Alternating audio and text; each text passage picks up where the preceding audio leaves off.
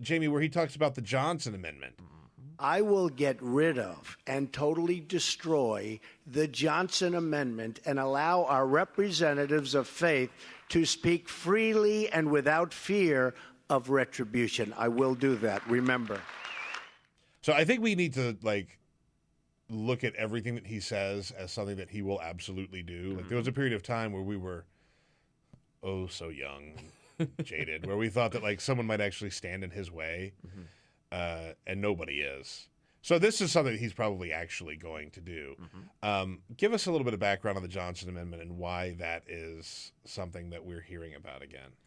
Effectively, the Johnson Amendment just specifies, to be clear, Trump didn't make this up. This is the opposition to the Johnson Amendment is something that faith groups have been pushing for a long time. A specific right-wing group of churches have long opposed this idea that if you are a nonprofit religious entity, you are prohibited, like other nonprofits, from explicitly endorsing or defaming a candidate. And there are other political restrictions as well. The idea is you can talk about policies, you can talk about things that you would benefit other people, but you can't go and be explicitly political. So a lot of right-wing Christians don't like this because they would like to preach explicitly political sermons to their churches. Some of them do. They do anyway, yeah. Every year there's a thing called Pulpit Freedom Sunday where all of these different churches preach explicitly political sermons, record them, and then mail them to the IRS to dare them to do something about it. Is that right? Yes. I didn't know that. Yeah. And the IRS doesn't do anything about it.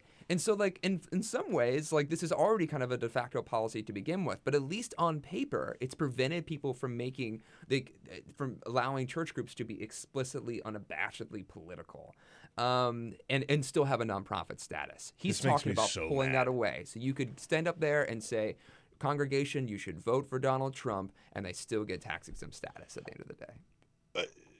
Why doesn't the IRS do anything about this? Why haven't they in the past? So generally speaking, it takes a lot to rise to a certain level where the IRS is going to come down on you because they just have so much going on. Sure. And there's a few cases in the past few years where they have cut the tax-exempt status to a congregation or to a house of worship. But generally speaking, it's similar to the reason why the federal government doesn't raid churches for if they house undocumented immigrants, is because it looks bad. The federal government doesn't want to do that. And then if they see this at the end of the day as a very fringe problem, that it's only 1,000 churches is a lot of churches, or 1,000 pastors, but it's really not that many in the grand scheme. Sure, I understand. Yeah, that makes sense. So they're it's not a huge problem at the end of the day. We're not going to spend all of our time trying to police this.